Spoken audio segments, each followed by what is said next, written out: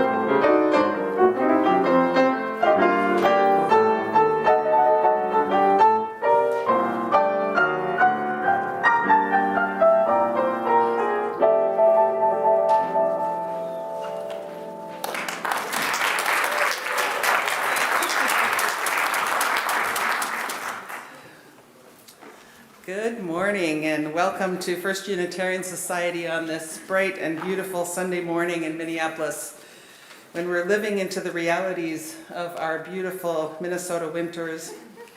On this morning when we're feeling the after effects of 2 very full nights of festive winter solstice celebrations here. We officially passed over that solstice at 9:03 this morning. Although, because of the tilt of the earth, you know that? The good old axial tilt. The sun won't be rising any earlier in our neck of the woods for at least a couple more weeks, making it a bit hard to feel like anything has changed. And so it makes sense that we continue to talk about choosing hope. Choosing hope because the alternative really is too grim. It is good to be together, and it matters that you are here today. Thank you for showing up.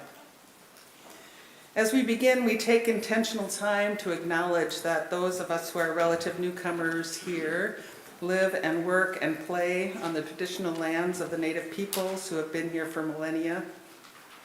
We are located on the past, current, and future homelands of the Dakota Oyate, and we continue to name this reality as encouragement and as inspiration to form deeper and more respectful relationships with the native peoples of this area. There is a lot to unpack and reckon with in our history, a history of genocide and cultural erasure and colonialism. May we do that work together. First Unitarian Society is a member congregation of the Unitarian Universalist Association of Congregations, and I'm Reverend Jullan Stoneberg, your Interim Minister. I use she, her pronouns. If you are here for the first time, well, we are just happy to see you, and I look forward to getting to know you.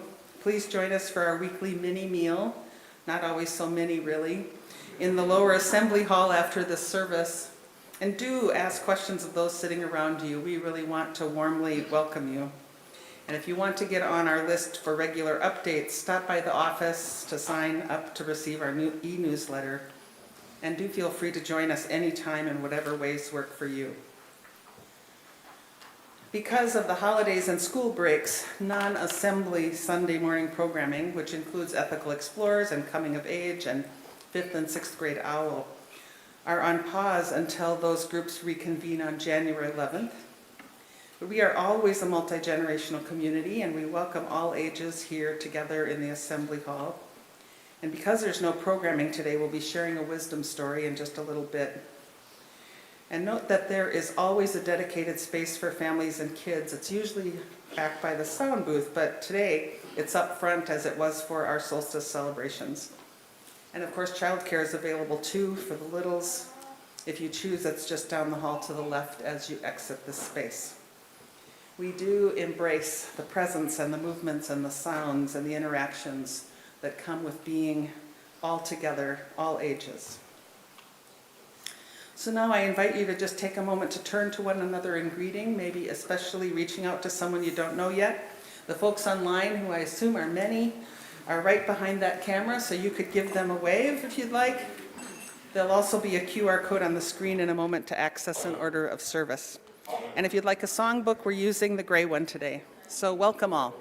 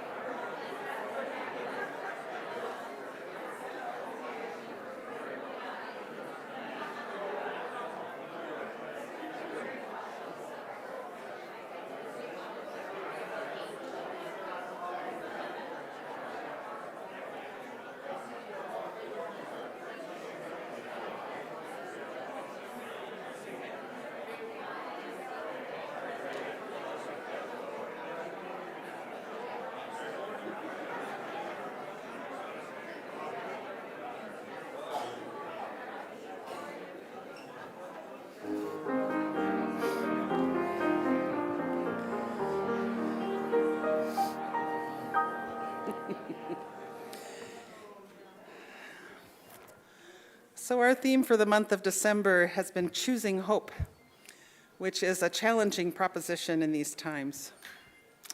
Today we look at how hope is much associated with the experience of waiting, of anticipating, of expecting, as we look for some kind of change. This responsive reading by Leslie Takahashi calls for you to respond with the words, "We are waiting," and I will indicate thusly when it is your turn. We are waiting. This is the season of anticipation, of expecting, of hoping, of wanting. This is the time of expecting the arrival of something or someone. We are waiting. This is the time of living in darkness, in the hues of unknowing, of being quiet, of reflecting on a year almost past, waiting for a new beginning, for a closing or an end. This is the time for digesting the lessons of days gone past, anticipating the future for which we are waiting. Waiting for a world which can know justice, waiting for a lasting peace, waiting for the bridge to span the divides which separate us, waiting for a promise or a hope. For all of this, we are waiting. So come, let us attend to this time that we share, waiting and hoping. We so persistently light our chalice each time we gather in order to remind ourselves of the possibility of hope and of our mission to be a beacon for that hope and connection for others. As Paul lights the chalice here, I invite those of you at home to light a chalice where you are, either with an actual flame or in your heart. Today's chalice lighting words, Hymn to the Light, were written by your former minister, David Breeden. I invite you to read them with me. Our light is the light of the sun, keeper of all we love. Our light is the light of the earth, provider of sustenance. Our light is the light of all things, life precious like our own. Our light is the light of each of us, bound together in need and hope. Our light is the light of the cosmos, keeper of all we know. Our chalice flame is lit in our hearts in this space and wherever we're gathered.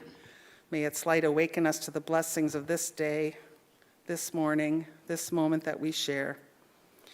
Let's speak our congregational covenant together. Love is the spirit of this place and service its law. This is our great covenant, to dwell together in peace, to seek the truth in love, and to help one another. So it's time to sing. After this song, Zola's going to share a story about Hanukkah with us. And so it's fitting that we sing something from the Jewish tradition. Its Hebrew origins, Bashana Haba, express belief in a better tomorrow. The words for Soon the Day Will Arrive will be on the screen, and it's number 146 in the Gray Songbook. Let's listen as Mike plays it through for us once, and then I'll invite you to rise in body and or spirit to sing.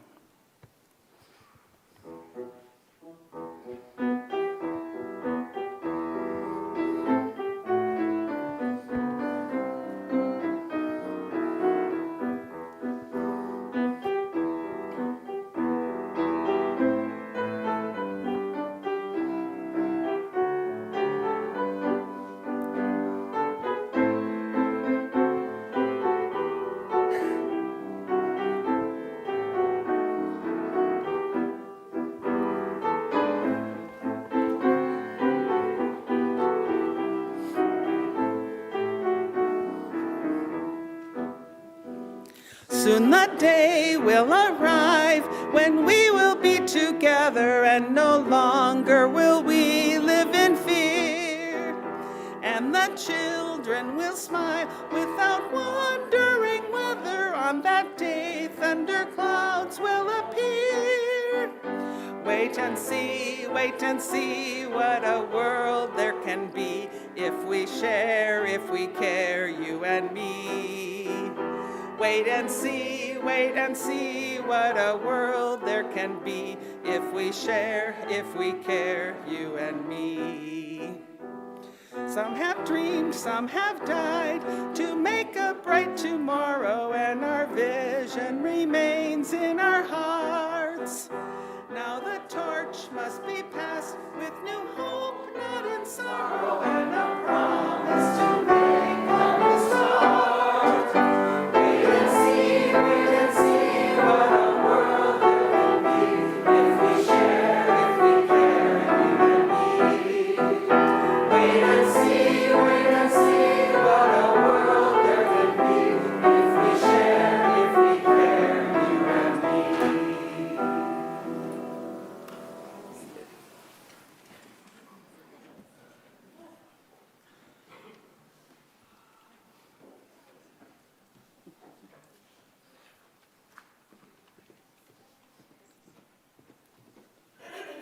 Good morning, everybody.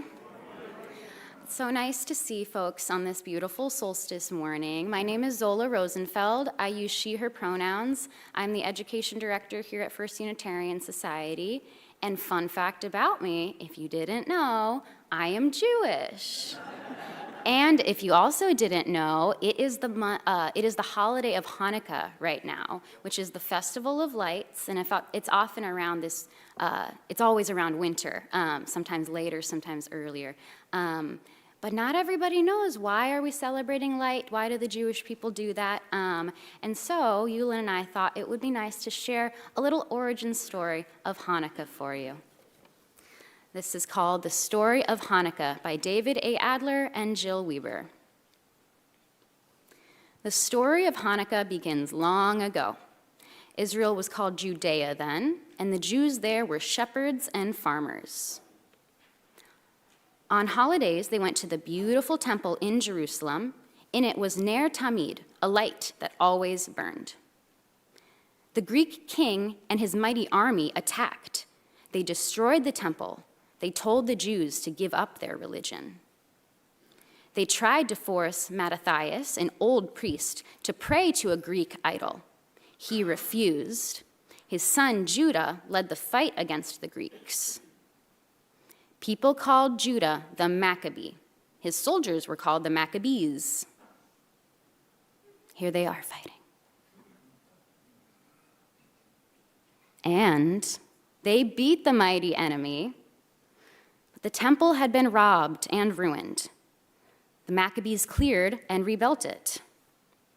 There was enough pure oil to keep the Ner Tamid lit for 1 day, but that oil burned for 8 days.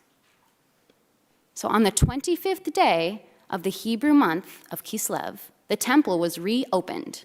Each year on that date, Hanukkah begins. On Hanukkah, we light candles and remember the Ner Tamid. We eat potato pancakes and jelly donuts, delicious foods cooked in oil, to remind us of the oil that kept burning. We play, oh, there was a little more. We play dreidel, a game with a spinning top. The dreidel has 4 Hebrew letters on it, and they stand for a great miracle happened there. There is in Jerusalem. That's the end. Thank you all.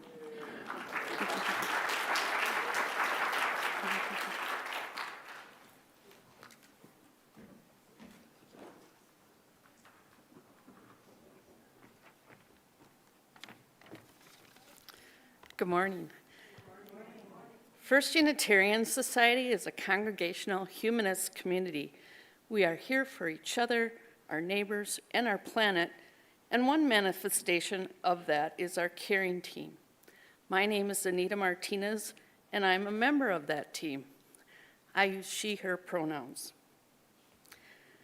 Joy and sadness, celebration and hardship coexist in our lives. If at any time there's something happening in your life that you would like to share with the care team or with this community, or if you need some support or would like a visit, please call the FUS office. Send a note to Joys and Concerns at firstunitarian.org or click on the link provided in the Friday Update newsletter email.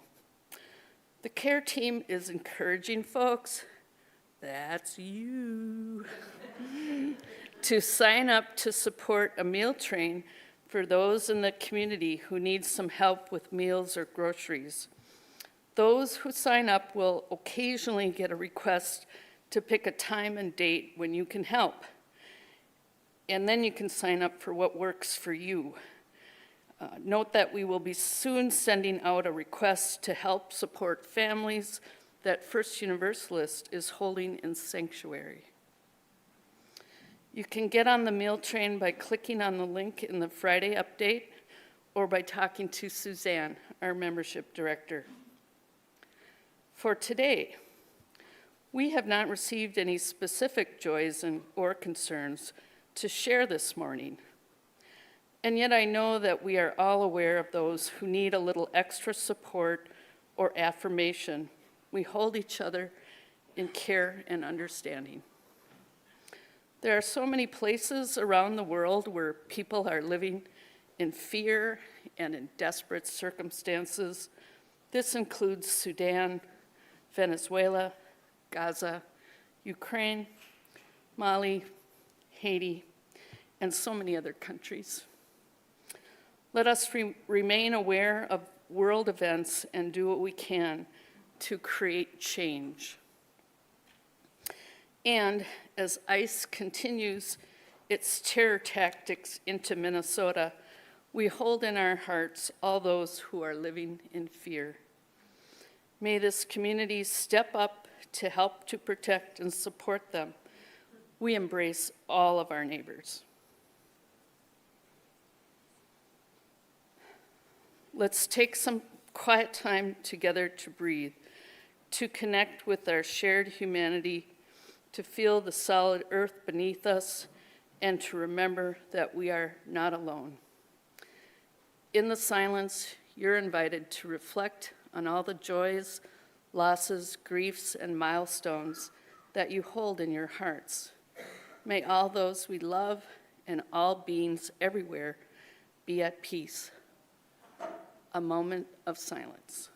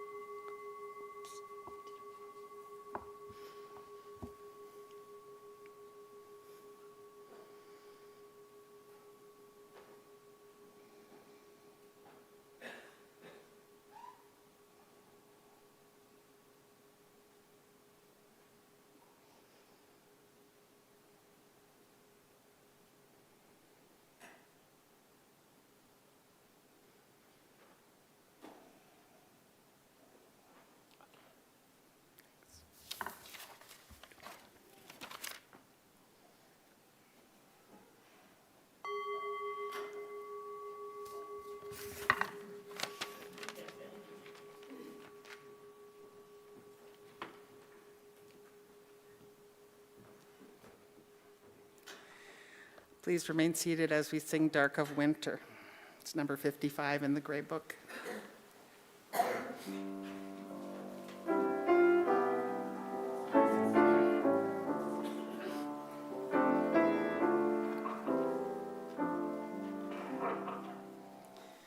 Dark of winter, soft and still, your quiet calm surrounds me. Let my thoughts go where they will, ease my mind profoundly, and then my soul will sing a song, a blessed song of love eternal. Gentle darkness, soft and still, bring your quiet to me. Darkness, soothe my weary eyes, that I may see more clearly. When my heart with sorrow cries, comfort and caress me, and let my soul may hear a voice, a still small voice of love eternal. Darkness, when my fears arise, let your peace flow through me.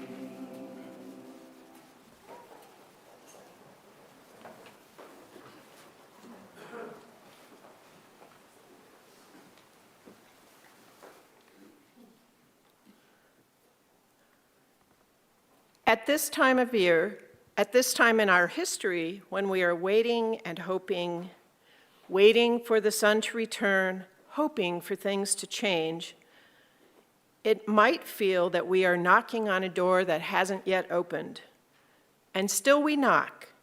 Still we light the lamp with whatever oil we have. This poem by Reverend Victoria Safford speaks to the moment we are in. It is called The Gates of Hope. Our mission is to plant ourselves at the gates of hope, not the prudent gates of optimism, which are somewhat narrower, not the stalwart, boring gates of common sense, nor the strident gates of self-righteousness which creak on shrill and angry hinges. People cannot hear us there. They cannot pass through. Nor the cheerful, flimsy garden gate of everything is going to be all right. But in a different, sometimes lonely place, the place of truth-telling about your own soul, first of all, and its condition. the place of resistance and defiance, the piece of ground from which you see the world, both as it is and as it could be, as it will be. The place from which you glimpse not only struggle, but the joy of struggle. And we stand there beckoning and calling, telling people what we are seeing, asking people what they see. Finding ourselves at that gate of hope where we can see the world as it could be, may we struggle to make it so.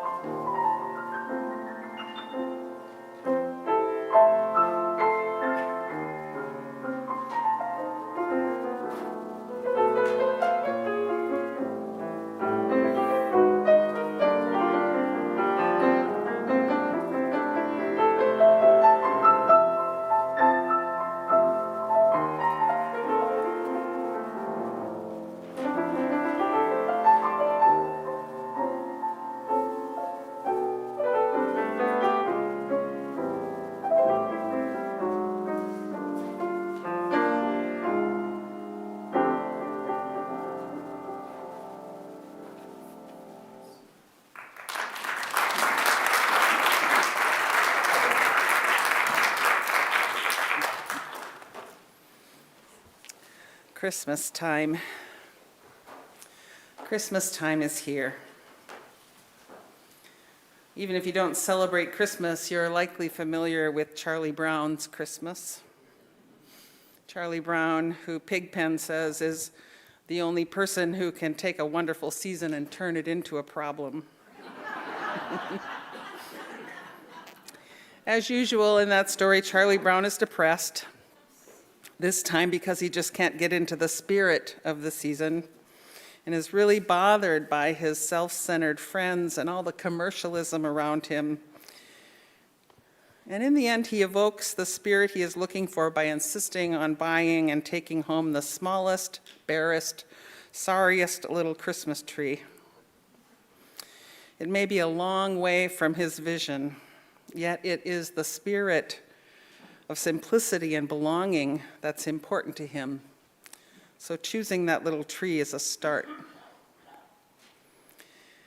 I think most of us can identify with Charlie Brown's angst. Oligarchs and narcissists seem to be flourishing, and it is downright depressing. We despair. Everything feels off. You know, if our holidays include celebrations, and even if we can afford it, it feels wrong to load up on special foods or to buy presents when so many can't. Even enjoying the night sky or reveling in a snowfall sometimes feels like we're ignoring the all too real problems around us. Good grief. And now we're supposed to choose hope? Well, it sure seems like the earth is telling us to do that. The earth is turning us toward the sun, seeming to insist that we pay attention to the coming light and to see the possibility of change. You know, as far back as we can see, humans have created rituals and told stories to reinforce this message. The sun is coming. At the darkest times, we humans have found ways to tell ourselves that the trouble won't last always. But it's a mixed message, right?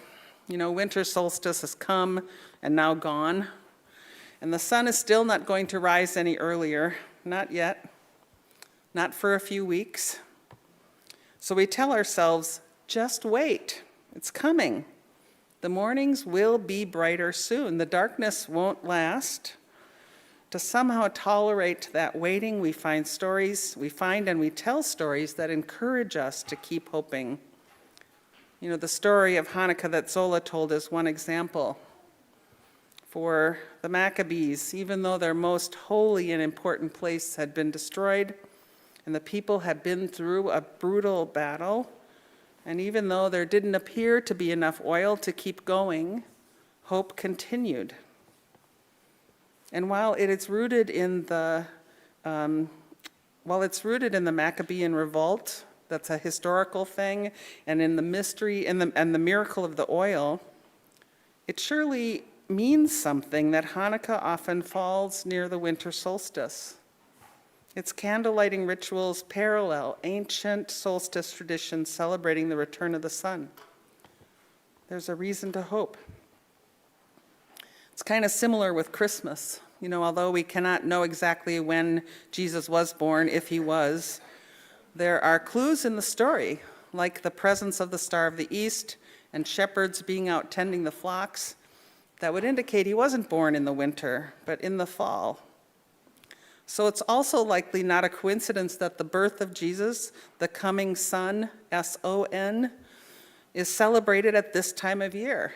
After all, it just seems the right time to focus on increasing light and hope.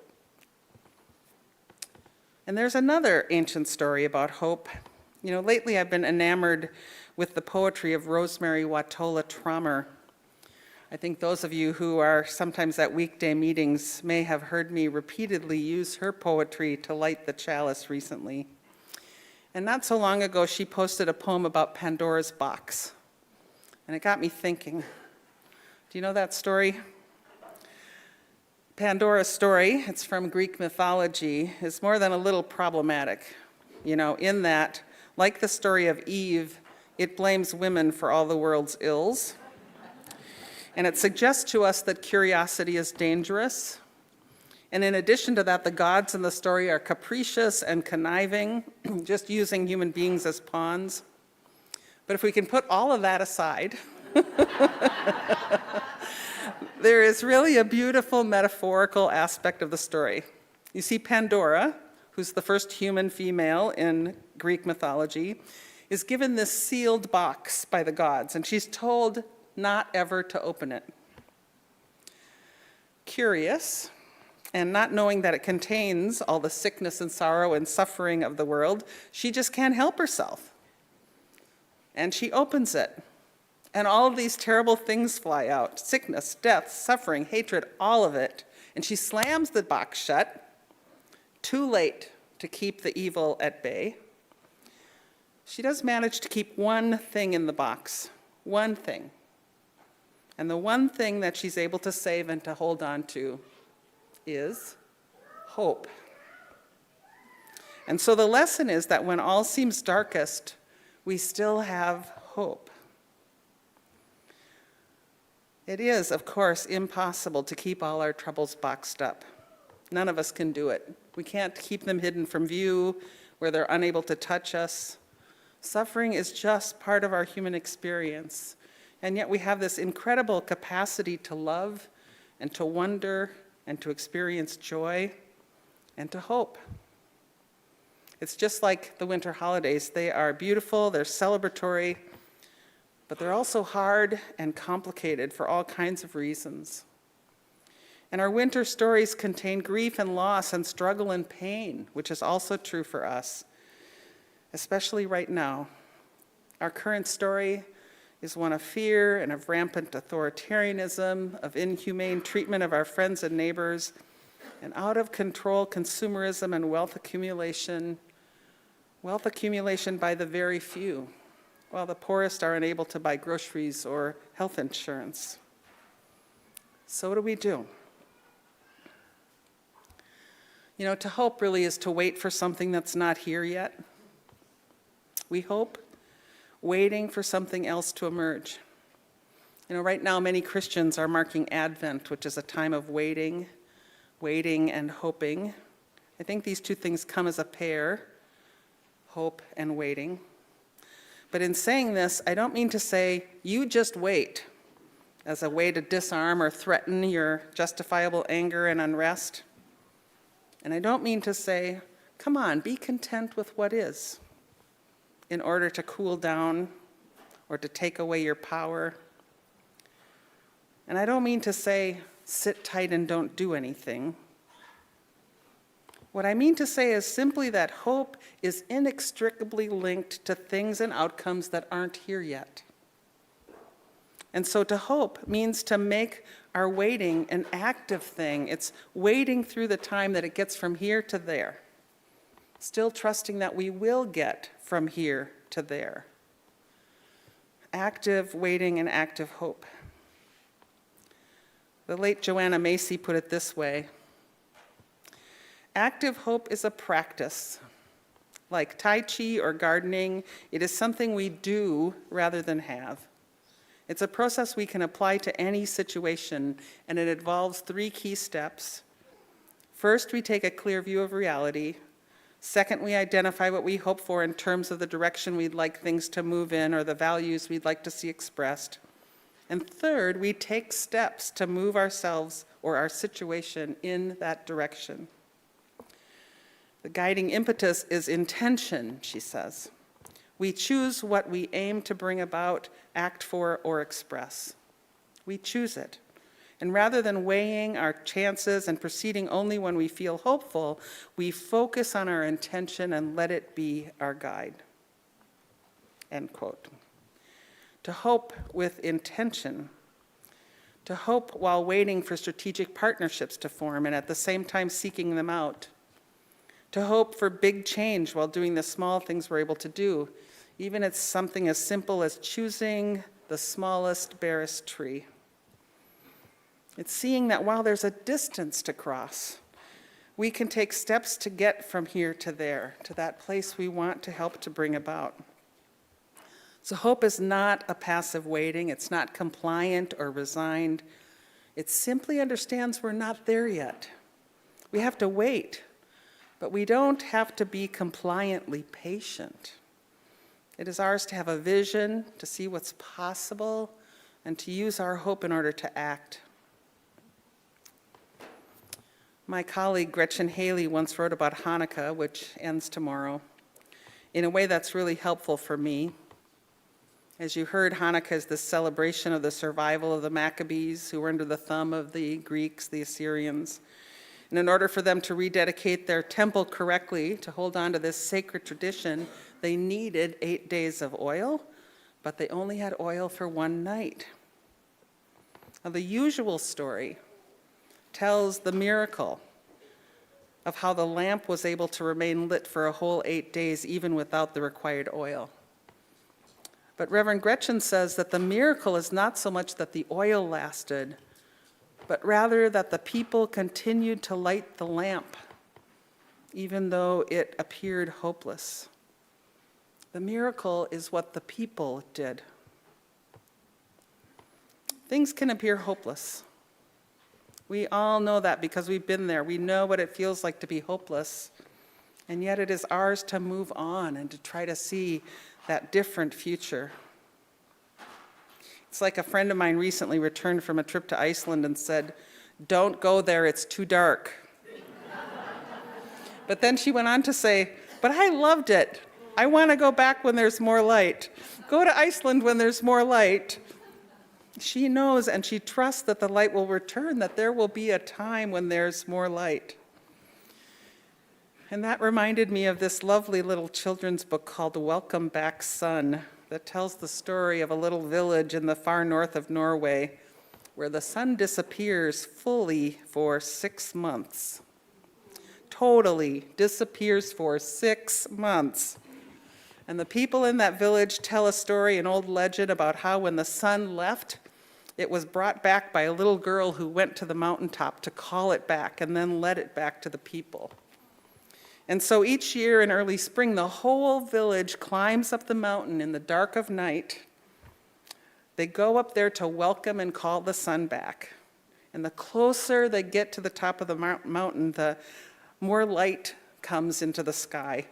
Their legs are aching, they're breathing hard, and still they climb. Until suddenly, the sun just appears. It flashes brilliantly off the snow and the ice. "Welcome back," they shout, and they're filled with happiness. "Welcome back, sun." You see, even though they trusted the sun would return, they didn't just wait for it. They took the journey to meet it, to bring it back to them, and to celebrate. So here finally to close is that poem by Rosemary Watola Traumer, the one that inspired my reflections today. It's called Present. I open the moment as if it were a box, and shocked by the cruelty that I find, I want to close the lid, want to pretend I don't see the tears, don't hear the children screaming. I want to not feel my heart whacking like a club inside my chest. In the myth, Pandora closes the lid on hope and keeps it locked in. But more than I want to close the box, I want to keep it open. I want to stay with the ache. I want to be with what is real. What is real, I keep the box open. What is real, there is no box. What is real, sometimes I fear there is no hope left. And sometimes, when I am very still with what is, hope flutters inside me. How? I don't know, but its small wings open like prayer inside my breath. May we be present to what is, that we may, in so doing, open ourselves to hope. And may we meet it halfway by speaking up for the littlest tree, by lighting our lamps, and by acting to bring about light and warmth for our community and for all the peoples of the earth. May it be so.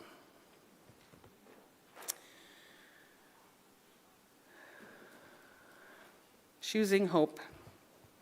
We're talking about it, but also about what hope requires of us. We can sit around wishing, we can choose to take some action, and in that spirit, I invite you to rise in body and or spirit to sing this wonderful old Pete Seeger song. I bet you know all the words. We changed the lyrics just a tad to make them a little bit more inclusive. If I Had a Hammer. I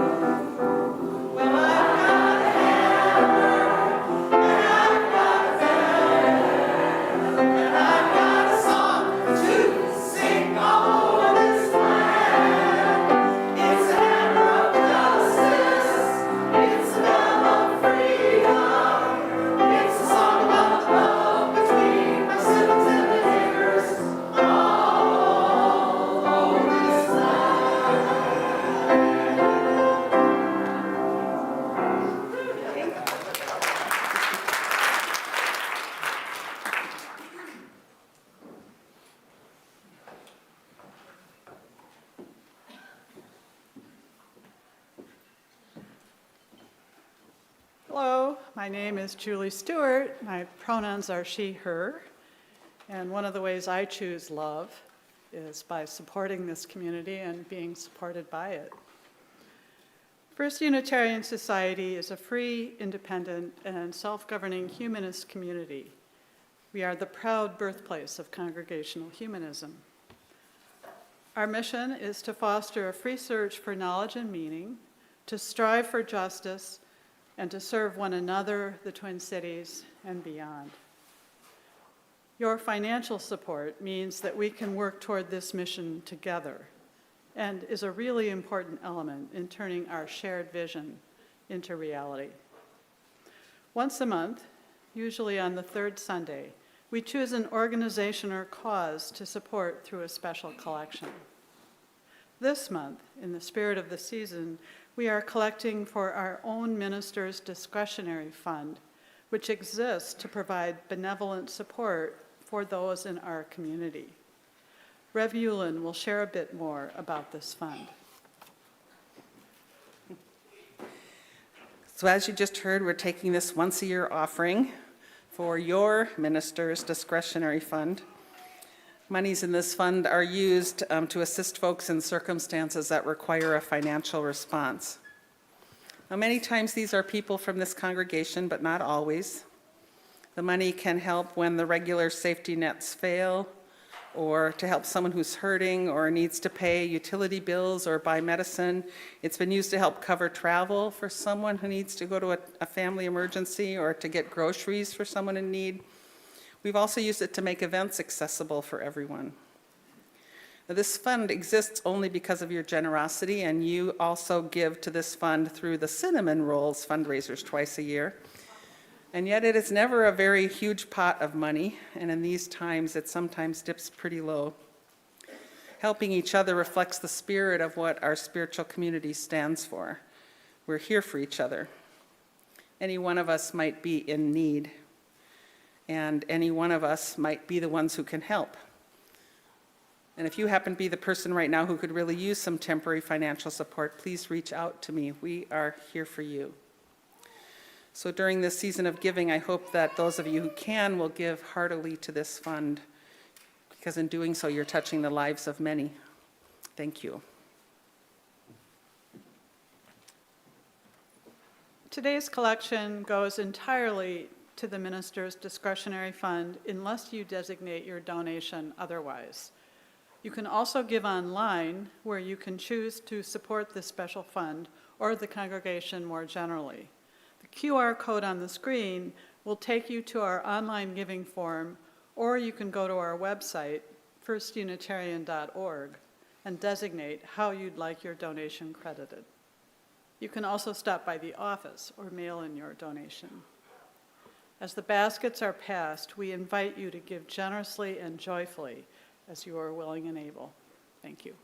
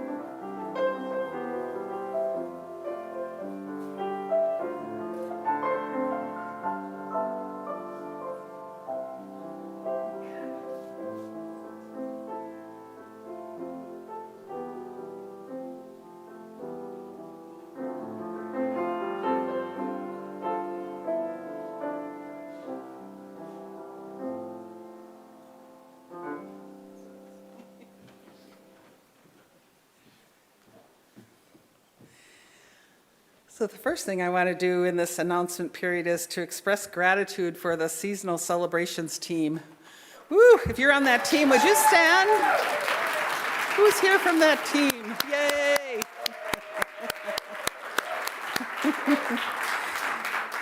This is all about the winter solstice last night and the night before. And so there's also, of course, much appreciation for all the volunteers. There were actors and musicians and readers and decorators and cooks and servers and, of course, the staff who also helped to make it happen. This is really a huge annual undertaking that creates a community celebration that's loved by so many. I'm so grateful for that. And as I understand it, next Sunday, December 28th, is the last Sunday that Dave Lessler will be in his role as Food Hospitality Director for FUS. We need to be happy for him. Yeah. Yeah, and there's going to be an appreciation event for him on Sunday, January 4th, which I'm sure you'll all want to be present for. And speaking of food, it's time for circle suppers again. These are potluck meals that are shared around tables in your homes, and you can be a host or you can be a guest. To sign up, you can contact Barb Watts, and that's simply at suppers@firstunitarian.org. And I just want to highlight quickly a few other things that you'll find in the Friday update. First, Mystery Pals is back. This is a program that matches anonymous intergenerational pen pals and then culminates in a breakfast in early March where each pair gets to meet their person. The deadline to sign up is January 11th. There is a Turning the Year two-part journaling event happening December 27th and January 3rd. That's a great way to begin 2026 with clarity and intention. And to continue to meet the moment, you can pick up a whistle here today. You can attend a solidarity workshop with Moose Jaw, that's the Minnesota UU Social Justice Alliance, on January 7th. We also encourage you to sign up to get notices about immediate actions on our FUS Signal chat. All that stuff is in the newsletter. Then there'll be another foraging for our future conversation on Sunday, January 4th, beginning about 12:30. This time we're going to be talking about how things happen around FUS, or who the heck's in charge here. So please plan to be here for that. Now, after we finish up here this morning, for those here in person, I hope that you can stick around for our weekly meal, which today features 3 options for dollar roll sandwiches. You have your choice of turkey and Swiss cheese, roast beef and cheddar, or garden veggies and pesto spread. And there's also some French carrot salad and roasted red pepper hummus and vegetables. So here's a little note that our board members are now identified as such on their name tags. If you see one of them and have questions, ask away, they're ready for you.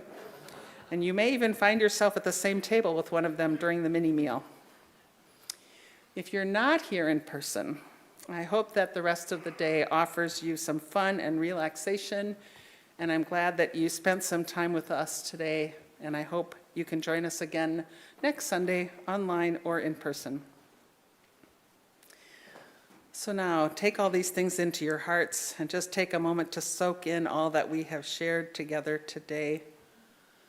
Let's hold each other in love as Mike plays for us once more, this time a skating tune.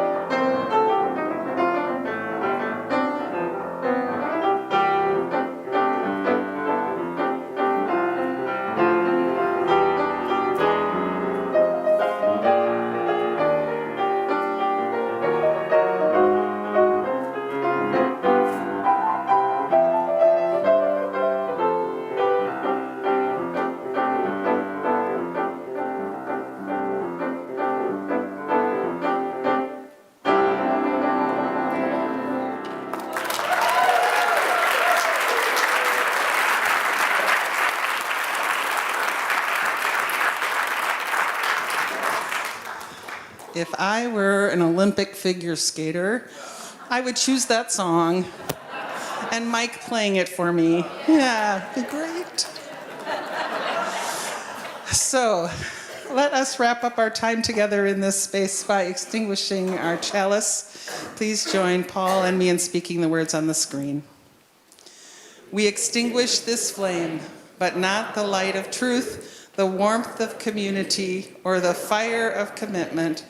All of these we carry in our hearts and in our minds until we are together again. And now, however you celebrate, I wish for you and yours holidays or quiet days or family days that are restorative and joyful. In closing, I offer you these words of Michelle Collins.